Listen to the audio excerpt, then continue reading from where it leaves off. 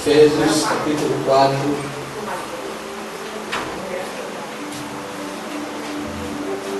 versículo 14 a 16.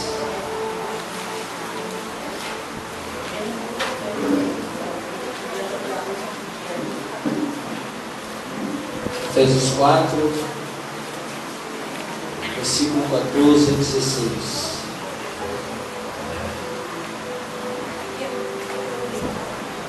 Diz assim: para que não sejamos mais meninos inconstantes, levados em roda por todo vento de doutrina, por engano dos homens, que com astúcia enganam fraudulosamente. Antes, seguindo a verdade em caridade, cresçamos em tudo naquele que é a cabeça, Cristo, do qual todo o corpo bem ajustado e ligado pelo auxílio de todas as juntas, segundo a justa operação de cada parte, faz o aumento do corpo para a sua edificação em amor. Amém? Curva sua cabeça, por favor. Pai, muito obrigado pela tua graça, obrigado pelo teu favor, obrigado pela corrupção, obrigado, Senhor, por mais uma noite. O Senhor nos dá a vida para que possamos estar aqui para adorar o seu nome, para aprender a tua palavra. Senhor, ajuda a tua igreja nessa noite. Senhor, me ajude nesse momento que vou, Senhor, usar a tua palavra para ministrar a tua igreja, Senhor. Tu sabes que sem o Senhor nada sou, nada posso, nada podemos sem o Senhor. A tua palavra diz: sem mim nada podeis fazer. Então, Senhor, nos ajude nessa noite, nos dê a graça do Senhor. Nós liberamos agora, Senhor, os nossos ouvidos para que o teu Espírito fale conosco. Nós liberamos a nossa mente, nós liberamos, Senhor, o nosso coração. Deus, nós sujeitamos o nosso corpo ao Senhor, sujeitamos o cansaço, a fadiga, ó Deus, a preocupação. Nós pedimos ao Espírito Santo que domine sobre nós. Oh Senhor, nós bloqueamos agora, Senhor, todo bloqueio satânico em nossa mente e declaramos em nome de Jesus Cristo que o Espírito Santo tem liberdade para falar conosco. Nos ajude, Pai, em nome de Jesus. Você pode dizer amém, queridos? Amém. Como nós falamos aqui, é do conhecimento dos irmãos, nós vamos dar continuidade nessa noite sobre o estudo que nós iniciamos na semana passada sobre a maturidade espiritual. E para nós pegarmos a linha, eu vou fazer rapidamente um resumo daquilo que nós falamos sobre maturidade espiritual, com base aqui em Efésios, capítulo 4, versículo 14 a 16, que nós lemos. E nós falamos aqui, nós começamos a falar, eu vou resumir. Nós falamos que os meninos são ingênuos, são vulneráveis. As pessoas, os crentes imaturos, eles se tornam vítimas fáceis.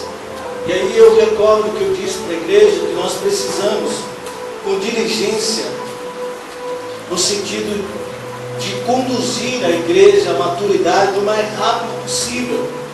Porque infelizmente nós temos muitos meninos dentro da igreja. E aí eu falei que nós somos fadados à maturação, que envelhecer é inevitável e amadurecer é opcional.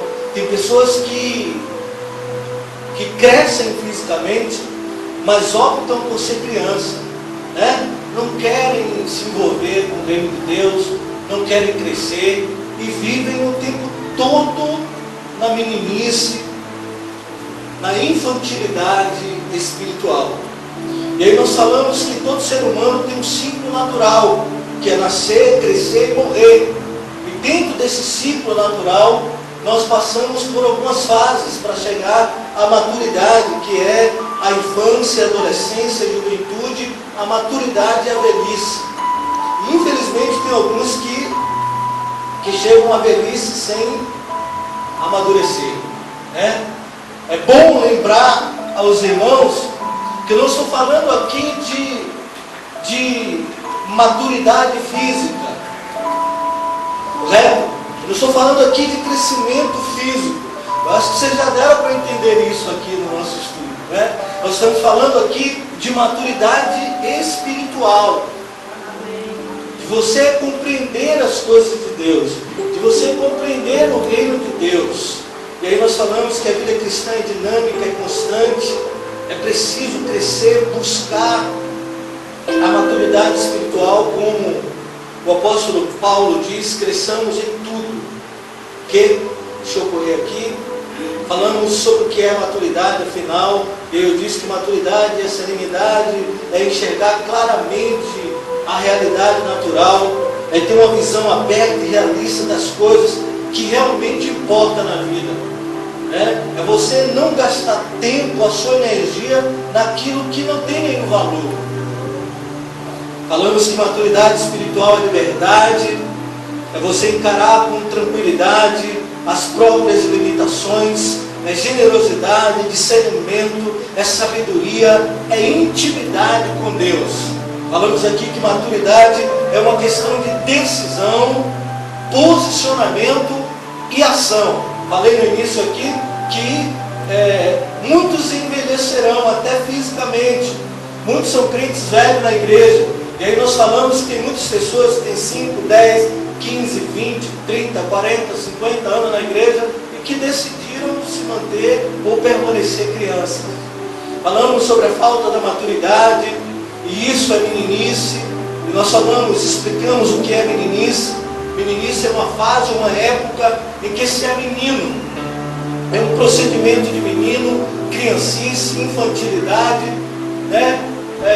Um exemplo aqui, deixa eu trazer um exemplo de meninice, que se hoje eu fazer isso aqui, será algo ridículo, não é qualquer outro adulto fazer. Se a gente observa uma criança vestindo uma calça, né?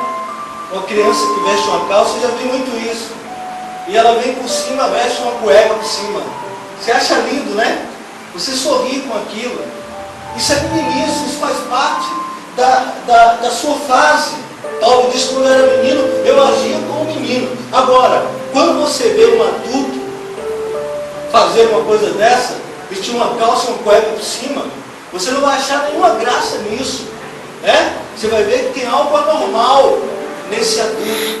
Então, nós precisamos parar com esses procedimentos de menino. E muitas vezes nós agimos assim como criança. Nós temos atitudes de criança. Somos meninos, agimos com infantilidade diante de Deus. E eu falei também que meninice é a pessoa melindrosa, é aquela pessoa não me toque, é a insatisfação, quando o desejo não é atendido, né? Quando o pastor diz não, quando o pastor chama, quando o pastor puxa a orelha, quando o pastor puxa a corda, quando o esposo diz não, quando a esposa diz não, quando o patrão, o irmão, o amigo diz não. E aí nós falamos aqui sobre a cultura do não implantada no Brasil. Nós precisamos aprender a ouvir não, ser adultos, né? Ser adulto para ouvir uma repreensão, para ouvir agora eu não posso, espere mais um pouco, né? Adultos para ouvir uma repreensão. O apóstolo que escreveu o livro aos Hebreus, ele diz que toda repreensão a princípio ela traz dor e inconforto, mas depois ela vai se reverter em glória, ela vai se reverter em crescimento, ela vai se reverter em experiência com Deus. E aí nós falamos sobre que existem diferentes tipos de meninice. Aí falamos sobre a meninice espiritual, a meninice emocional, eu não vou repetir isso aqui. A meninice espiritual afeta o relacionamento com Deus, a meninice emocional afeta o relacionamento com as pessoas, a meninice física, e o próprio nome já diz, né, que não é o nosso caso, nós já crescemos. Alguns de nós, algumas pessoas aqui já são idosas, E aí eu falei que dentro da meninice espiritual afeta o relacionamento com Deus. Um exemplo, Elias. Elias teve um determinado momento da vida dele que ele foi uma criança, né? Ele achou que Deus havia matado todos os profetas e ele estava sozinho e ele se clausurou em uma caverna. Jonas teve uma atitude, uma meninice espiritual que afetou o relacionamento dele com Deus, né? Quando ele vai, prega em Nínive, Nínive se arrepende, Deus perdoa Nínive, e aí tem toda aquela história que vocês conhecem. Então falamos da meninice espiritual, emocional e física. E aí eu trouxe o exemplo aqui de uma meninice espiritual. Eu falei sobre Acabe, que ele queria comprar a vinha de Nabote. Nabote não vendeu a vinha dele, e ele ficou emburrado com aquilo, se trancou no quarto, né? Ficou chateado. A mulher dele, uma diabólica, endiabrada, vai lá, chega para ele: você é o rei, é você que manda, vai lá, mata aquele homem, toma a vinha, você não precisa da vinha a ele, você não precisa comprar, você é autoridade. E Nabote e Acabe ali demonstra uma imaturidade emocional muito grande, e aí ele trouxe consequências terríveis para a vida dele. Então esse foi o resumo daquilo que nós falamos na quinta-feira passada. E aqui agora eu quero dar continuidade a esse estudo. Nós vamos ver agora as marcas da maturidade espiritual. O que nos desperta? O que mede o nosso nível de maturidade espiritual? Como que uma pessoa pode observar em você que você é uma pessoa madura? A primeira marca da maturidade espiritual é crescimento. E quando nós falamos em crescimento, eu estou dizendo que é preciso crescer. Deus quer o nosso crescimento. Lá no livro de Pedro, 1 Pedro, capítulo 2, versículo 1, a Bíblia diz: deixando, pois, toda malícia, todo engano e fingimento e inveja e toda maledicência, versículo 2, desejai como meninos recém-nascidos o puro leite espiritual, a fim de por ele crescerdes para a salvação.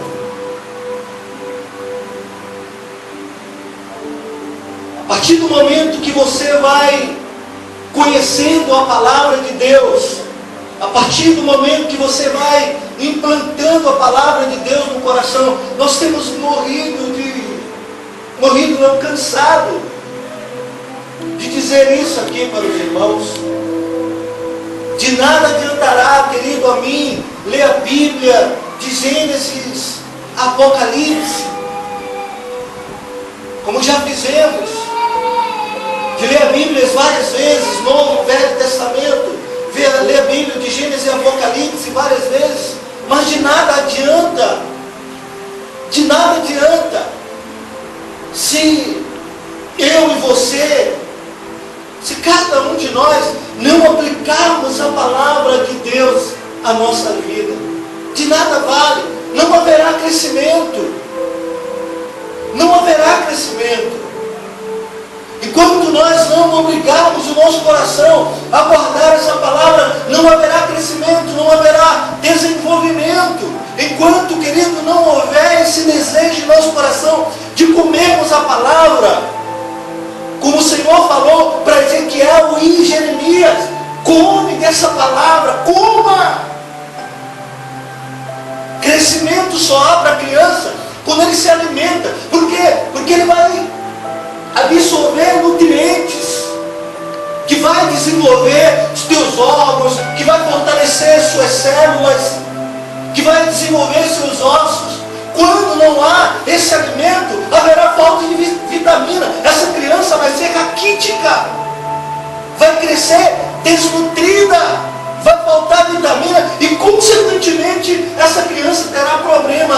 sua maturidade. Por isso que Pedro diz: deixa para trás a malícia, deixa para trás o engano, o fingimento, a inveja, a maledicência, e desejo com o menino recém-nascido o puro leite. Ele diz: a fim de crescerdes. Então, se não houver prática, não haverá crescimento. Apocalipse capítulo 1, versículo 3: bem-aventurado é aquele que lê, bem-aventurado é aquele que ouve, bem-aventurado é aquele que guarda a palavra dessa profecia. Se não há preocupação para você guardar a palavra de Deus, para você praticar, não haverá crescimento. Nós precisamos tirar tudo o que impede o nosso crescimento na nossa vida. 2 Pedro, no capítulo 3, versículo 18, a Bíblia diz: cresçam na graça e no conhecimento do Senhor Jesus. O que é crescer na graça? O que é crescer no conhecimento? Isso aqui é importante. Oséias 6,3 diz: cresçamos e prossigamos em conhecer o Senhor. Mas o que Pedro está dizendo aqui? Cresçamos na graça e no conhecimento do Senhor. Crescer na graça, queridos, isso aqui é interessante, isso aqui é importante. É as pessoas poderem olhar para você e poder ver Cristo na sua vida. Crescer na graça é o teu vizinho poder te olhar e dizer: aquele homem, aquela mulher, aquele jovem, aquela jovem é um servo, é uma serva de Deus. Crescer na graça e no conhecimento de Deus é os ímpios poderem olhar para nós e dizer: verdadeiramente aquele crente serve a um Deus vivo, a um Deus poderoso. Nós temos, amados, vivido dias de vergonha. Eu falei ontem para alguém, eu disse: algumas vezes eu tenho vergonha da palavra crente, né? Da palavra crente, não no sentido de você servir a Deus, não no sentido de você servir a Cristo, de você ser testemunha de Cristo, mas pela meninice de alguns, pela falta de testemunho, pela falta de crescimento. Que quando nós estamos pregando a palavra, alguém olha para nós e diz: eu conheço um crente safado, eu conheço um crente sem vergonha, eu não quero ser crente como um crente vizinho que eu tenho lá em casa. Isso é muito triste. São pessoas que nunca cresceram. São pessoas que são crianças, que não cresceram na graça, não cresceram no conhecimento de Deus. Paulo, escrevendo à igreja de Efésios, no capítulo 4, versículo 15, Paulo disse: cresçamos em tudo naquele que é o cabeça. Cresçamos em tudo, em graça, em conhecimento, em estatura, em maturidade, profissionalmente, espiritualmente, emocionalmente. Paulo diz: cresçamos em tudo naquele que é o cabeça, Cristo. Hebreus capítulo 6, versículo 1: portanto, deixemos os ensinos elementares a respeito de Cristo e avancemos para a maturidade, sem lançar novamente o fundamento do arrependimento de atos que conduzem à morte da fé em Deus. Isso aqui é muito profundo, deixa eu explicar isso aqui. O escritor dos Hebreus está dizendo: portanto, deixemos os ensinos elementares a respeito de Cristo e avancemos para a maturidade. É tempo, querido, de deixar o beabá. Amém? É tempo de você encarar a realidade da vida com aquilo que Jesus lhe disse.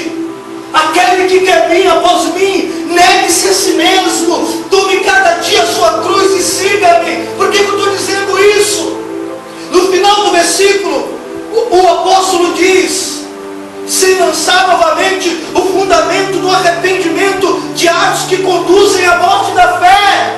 Paulo está dizendo para que não venhamos a voltar atrás, para que não venhamos a voltar a sermos crianças, e que por isso muitos estão negando a fé, estão voltando a fundamentos balançados, fragilizados. Esses com certeza nunca se firmaram em Cristo. Mas ele diz, nós precisamos avançar para a maturidade.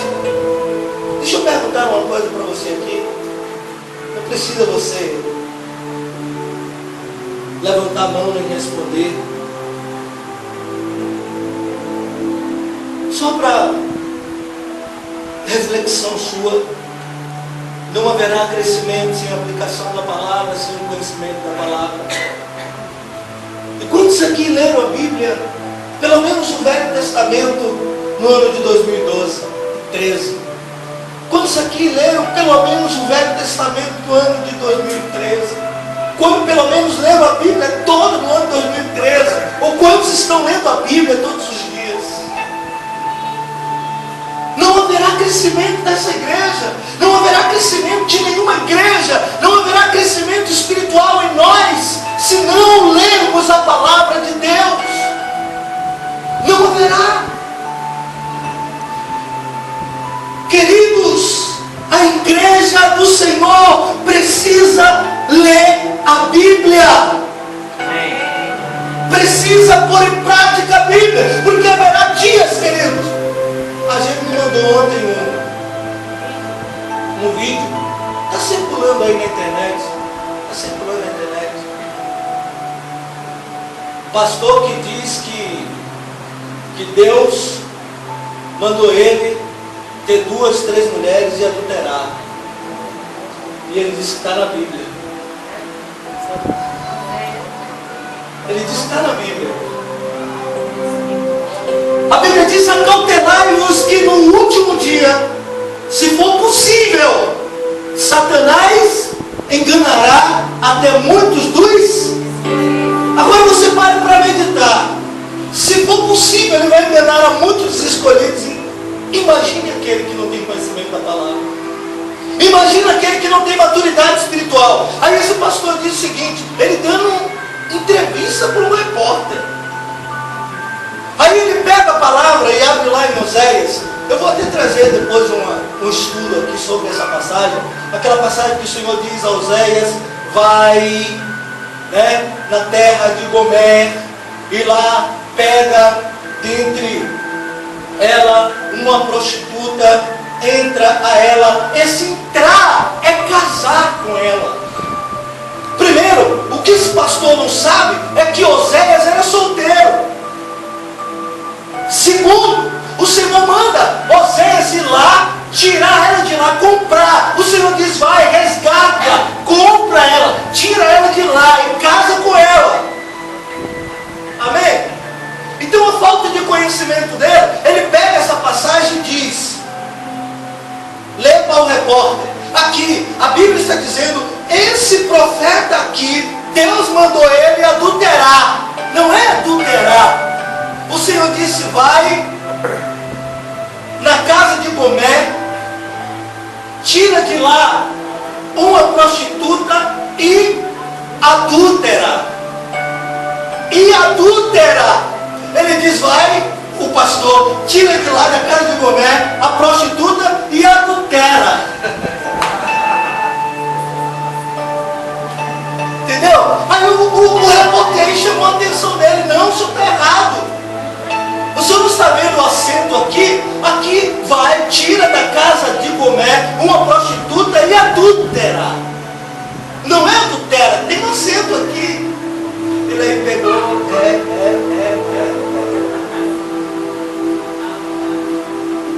Querido, nós precisamos estarmos preparados.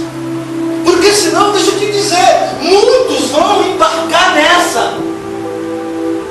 Muitos irão embarcar nessa. Adultério é pecado, é prostituição, é infidelidade. Ele disse: eu quero que alguém me prove. Eu digo: oh, meu Deus, nem vou estar lá perto dele. Primeiramente, A Bíblia diz lá no livro de 1 Pedro, o Senhor disse: aquele que deseja o episcopado, grande coisa o deseja, esse porém seja marido de uma só mulher. O sexto mandamento, o Senhor diz: não adulterarás. Nós precisamos conhecer a palavra de Deus. Amém, querido? Amém. Crescer, porque nós vamos ter dia. A Bíblia diz o seguinte, querido, que nos últimos dias o Cristo aparecerá dizendo: eles aqui, eles ali, e vai enganar a muito. A Bíblia diz que Ele vai fazer cair fogo do céu, Ele vai fazer sinais, prodígios e maravilhas. E aí, se você não conhece a palavra, se você não é maduro espiritual, você vai correr atrás de todo vento de doutrina, você vai correr atrás de adoração a Satanás. Você sabe o que a minha Bíblia diz? Que o Senhor não pisará os pés nessa terra, mas apontará nas nuvens, cercado de anjos e arcanjos. A trombeta de Deus soará e Ele chamará os súditos dele para a salvação. Glória a Deus. Paulo diz: quando eu era menino eu pensava como menino, mas logo que eu cheguei a ser homem acabei com as coisas de menino. Efésios capítulo 4 versículo 15. O propósito é que não sejamos mais criança. Antes, seguindo a verdade em amor, Paulo diz: cresçamos em tudo naquele que é o cabeça, Cristo. Fala para o seu irmão, diga: nós precisamos crescer em tudo. A segunda marca da maturidade é o aperfeiçoamento. Fala para o seu irmão, diga: aperfeiçoamento. O que é isso, pastor? 2 Coríntios capítulo 13 versículo 9. Paulo diz: pois nos regozijamos quando nós estamos fracos e vós fortes. E isto é o que rogamos, a saber, o vosso aperfeiçoamento. Observe que Paulo aqui já muda a fala dele. Aqui em 1 Coríntios 13, 11, ele ensinando sobre a maturidade, ele fala para os coríntios: quando eu era menino eu agia como menino. Mas graças a Deus, essa igreja de Coríntio chegou ao aperfeiçoamento. Nós precisamos, querido, nos aperfeiçoarmos. É certo que não seremos perfeitos aqui na terra, mas o nosso desejo deve ser esse. Essa deve ser a nossa perseguição, a busca pelo aperfeiçoamento, a busca pela maturidade, a busca pelo crescimento espiritual. Aí Paulo disse: agora me regozijo, porque muitas vezes eu me sinto fraco, mas eu sei que vocês são fortes, porque vocês agora estão aperfeiçoados, vocês agora estão maduros, vocês agora sabem dizer não ao pecado. Por que Paulo está dizendo isso aqui? Lá no capítulo 5, se não me falha a memória, querido, a imaturidade espiritual nos faz acomodarmos ao pecado, a aninarmos o pecado, a convivermos pacificamente com o pecado. A maturidade espiritual nos cega, a maturidade espiritual nos faz acostumarmos com o pecado. E a igreja de Corinto fez isso. Paulo repreende eles de uma forma, eles estavam com imaturidade tão grande, com medo de repreender, com medo de chamar a atenção daqueles que haviam pecado, que tinham pecado. A prostituição estava tão grande dentro da igreja. Olha o nível de imaturidade. E Paulo diz: se eu tivesse aí com vocês, será que não tem aí no meio de vocês um que se levante para repreendê-los? Aí ele manda uma ordem: eu, apóstolo Paulo, mesmo ausente, eu envio uma palavra e ordeno que esse tal seja tirado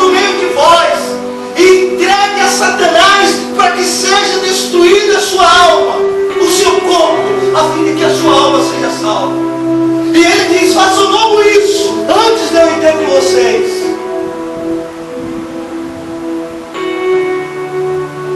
Paulo repreende, não tem um maduro aí que se levante. Não tem um maduro que repreenda esse pecado de dentro da igreja.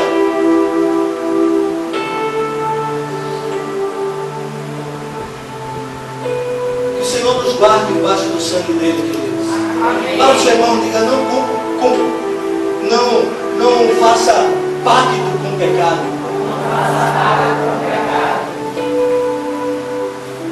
Paulo disse: a nossa oração é para que vocês sejam aperfeiçoados. Deixa eu trazer uma dissertação sobre esse aperfeiçoamento aqui.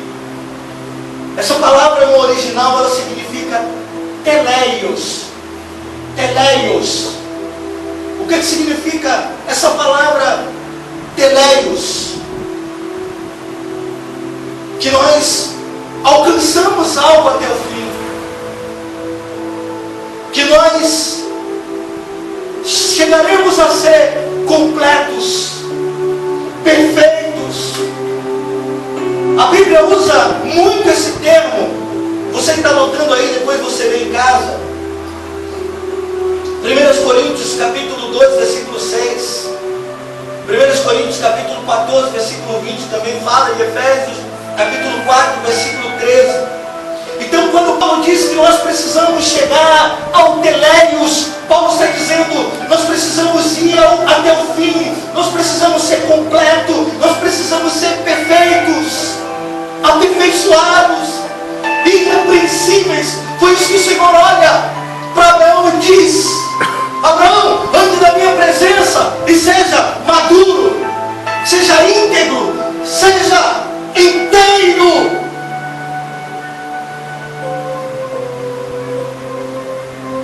Deus quer nosso aperfeiçoamento, amém, queridos? Deus quer ajustar a nossa imagem à imagem dele. Eu lembro de uma ministração que eu vi há mais de 10 anos atrás. Não sei se o pastor estava lá. Eu falo sempre sobre isso quando eu falo de originalidade, quando eu falo da imagem de Cristo. Miles Monroe, das Bahamas, ele pregando sobre a santidade, pregando sobre a pureza. E ele disse que Deus não se surpreende quando ele vê um cristão arrependido e se voltando para ele. Ele não se surpreende com isso. E aí, ele explicando, ele disse que é como se Deus chegasse, olhasse para baixo e dissesse: vamos nos alegrar, porque mais um filho está voltando ao seu estágio original. Glória a Deus. Mas o filho está voltando ao aperfeiçoamento. Teleios é o homem feito, é o homem maduro, é o homem desenvolvido, é o homem responsável. E aperfeiçoar pode se aplicar ao verbo acabar, cumprir, terminar, morrer. Filipenses capítulo 1, versículo 6. Paulo disse: tendo por certo isto mesmo, que aquele que em vós começou a boa obra, há de aperfeiçoar até o dia de Cristo Jesus. Olha para o seu irmão e diga: Jesus vai aperfeiçoar você. Glória a Deus. Mas o que a maturidade não é? Então falado aqui muito de maturidade, mas o que não é maturidade? Primeiro, maturidade não tem nada a ver com idade. Não estou falando aqui de tempo cronológico, tempo de vida, de crescimento físico. Maturidade espiritual não tem nada a ver com idade. Maturidade espiritual não tem nada a ver com aparência. Maturidade espiritual não tem nada a ver com conquista. Provérbios 16:32 diz: melhor é o longânimo do que o valente, o que domina o seu espírito do que o que toma uma cidade. Meu Deus, você sabe o que é isso aqui? O sábio está dizendo o seguinte: você conquistar não quer dizer que você é maduro, que você tem maturidade. Olha só, eu vou ler de novo. Melhor é o logânimo. Aqui ele está dizendo maturidade. Logânimo são pessoas maduras. Aí ele diz: melhor é o logânimo, melhor é o maduro do que o valente. Melhor é o logânimo do que o que domina em luta. Aí ele diz: o que domina o seu espírito do que toma uma cidade. Quando você tem maturidade, você é longânimo. Quando você é longânimo, você é equilibrado. Fala comigo: equilíbrio. Querido, quantas pessoas têm perdido muito por falta de equilíbrio? Equilíbrio, maturidade. Conquista não quer dizer nada. Não é maturidade. Maturidade não tem nada a ver com estudo. É muito bom estudar. Estude. Provérbio 1,7 diz: o temor do Senhor é o princípio do conhecimento, mas os insensatos desprezam a sabedoria e a instrução. O temor do Senhor, maturidade, você temer a Deus. Até porque a Bíblia diz que os sábios estudam e nunca chegam ao conhecimento da verdade, né? Os gregos são conhecidos como os povos mais sábios da face da terra, mas são ignorantes em relação a Deus. São meninos da espiritualidade. Maturidade é atitude. Fala para o seu irmão, diga: maturidade é atitude. Tiago, capítulo 3, versículo 13 diz: quem dentre vós é sábio e entendido, mostre pelo seu bom procedimento as suas obras em mansidão de sabedoria. Vou repetir mais uma vez.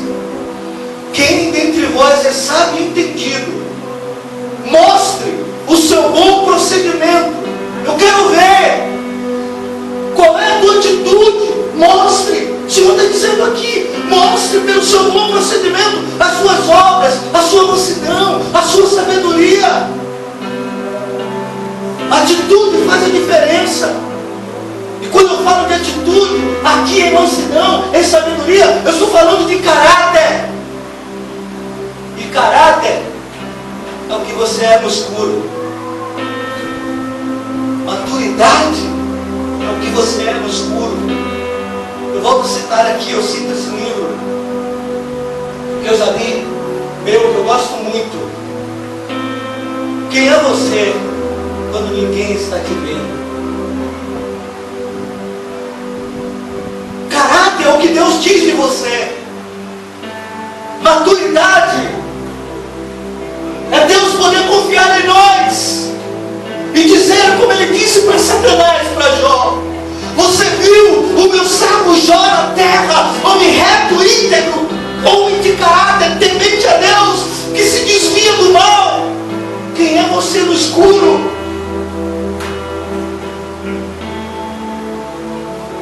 Caráter é o que você é no escuro. Quem é você? Deus diz que são as suas atitudes que determinam se você é maduro ou não. Deus quer que você cresça e tenha atitudes como as atitudes de Cristo. Maturidade espiritual requer todos os propósitos de Deus para a minha e para a sua vida. E aí eu volto a dizer, querido, só estudar a Bíblia não é tudo. É preciso viver a Bíblia. Você só vai viver a maturidade espiritual. Eu posso ter lido a Bíblia N vezes. Se eu não praticar a Bíblia, eu não serei uma pessoa madura. É preciso viver.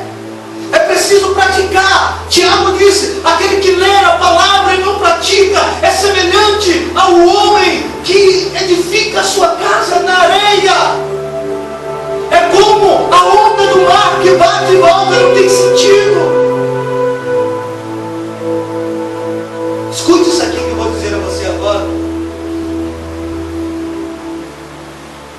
Meu Deus, quantos crentes desequilibrados, né? Nós temos. Maturidade é aceitar-se emocionalmente. Você contar até 3.000. Maturidade é você saber administrar suas emoções, seu ódio, sua ira, sua tristeza, sua dor. E isso, eu tenho procurado me policiar no trânsito, né? E tem uma mulher do lado também que me policia muito. Por falta de maturidade, nós temos visto muita desgraça no trânsito, né? Por não aceitarmos a nossa maturidade junto conosco no volante, nós temos visto desgraça no mundo, no país. E as pessoas hoje têm matado outras assim de graça. Nós precisamos, querido, assentar o nosso ódio, assentar a nossa raiva, administrar as nossas emoções. Isso é maturidade. Contar até 1000 para você dizer a palavra que você vai dizer, que pode matar, que pode destruir um ministério, uma vida, um casamento. Maturidade é você administrar problemas. Maturidade é você domar a raiva. Maturidade é você domar o ódio, a tristeza, a ira, a dor. Maturidade é você saber conviver com tudo isso, porém não permitir isso dominar a sua vida. A Bíblia diz, irai-vos, mas não pequeis. Nós vamos ter todos esses momentos. Nós temos que ter maturidade para administrarmos. Eu não sou aqui nenhum hipócrita para dizer para você, né? Que a gente não sente desejo de muitas vezes levantar e tancar a mão na cara de alguém, né? Não vou aqui ser hipócrita com você em dizer que muitas vezes dá vontade de avançar no pescoço e esganar. Dá sim. Às vezes eu sinto essa vontade com muitos crentes, mas a gente tem que dominar isso. Nós temos que dominar. A Bíblia diz, irai-vos, mas não pequeis. Isso é normal. Vocês lembram aqui que eu falei aqui sobre tudo da graça? Nós temos o desejo, nós temos o direito de sentirmos dor. Nós temos o direito de dizer, eu estou com raiva, eu estou com vontade de te matar. Mas graças a Deus eu sou servo de Deus. Graças a Deus a Bíblia diz para a gente não cometer homicídio. Isso é maturidade espiritual. Aí você vai para os pés de Jesus e você vai dizer, Senhor, me dá graça. Senhor, me ajude a amar esse irmão. Senhor, me ajude a amar esse vizinho. Senhor, me ajude a amar esse colega. Senhor, me ajude a fazer isso. Senhor, domine a minha dor. Senhor, domine. Isso é maturidade espiritual. Maturidade é você saber conviver com tudo isso. Você vai sentir ódio, você vai sentir dor, você vai sentir tristeza, você vai sentir raiva, emoções, mas você vai saber administrar. Amém, igreja? Você vai saber administrar. E hoje eu faço sempre essa oração, Senhor, sempre, controla meu temperamento. Senhor, por favor, que o Espírito Santo domine sobre a minha vida. E eu oro constantemente, diariamente, Senhor, dá-me a graça do Senhor na minha vida. Paulo diz, cresçamos na graça. Senhor, domina meu temperamento. Senhor, domina meu coração. O Senhor sabe, eu tenho um temperamento explosivo. Sou muito calmo, mas sou explosivo. Extremamente explosivo. É meu temperamento. Eu sou sanguíneo, né? Sou extremamente explosivo. Daquele tipo que você sabe, né? Ó, vai até o último estágio.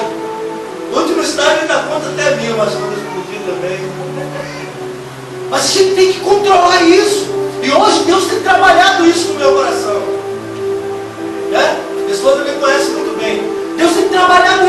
coração. Eu tenho buscado o Senhor. Eu tenho falado, Senhor, controla-me, Senhor, controla-me. Senhor, dá-me a tua graça. Dá-me o seu favor. Queridos, o crescimento espiritual começa com um compromisso, amém? Posso ouvir um amém? Amém. E isso é um processo gradual. Se você não se compromete, você nunca vai crescer espiritualmente. É isso? Você precisa se comprometer. Né? Hoje é culto de estudo, eu estou lá. Hoje é culto de evangelismo, eu estou lá. Hoje é culto disso, eu estou lá. Comprometimento. Já contei uma história aqui falando sobre o comprometimento. A festa dos animais. Convidaram a galinha e o porco para a festa.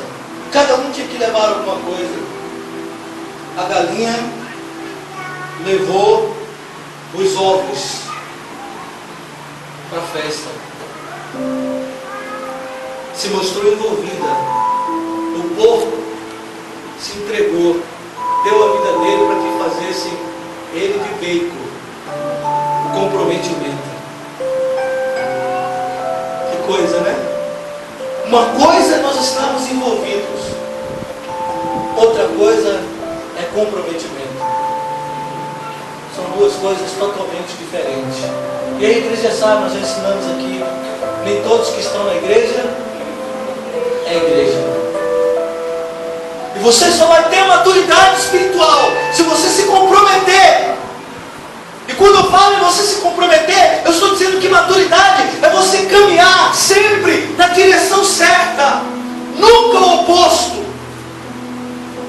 Deus, que relógio abençoado isso, né? Mas vamos ver rapidinho aqui, deixa eu terminar, você me dá mais 5 minutos só? Posso falar mais 5 minutos? Diga glória a Deus. Deixa eu ver se 5 minutos aqui termina. Não sei, não. Eu acho que não. É melhor não. Vamos parar por aqui, amém? Quinta-feira que vem a gente continua. Aprove a Deus, né, querido? Eu faço estudo para trazer uma quinta-feira. Diga que Deus prorroga, eu não tenho culpa. Louvado seja Deus por isso, amém? É bom que Deus vai nos dando mais e mais, amém? Você pode aplaudir o Senhor?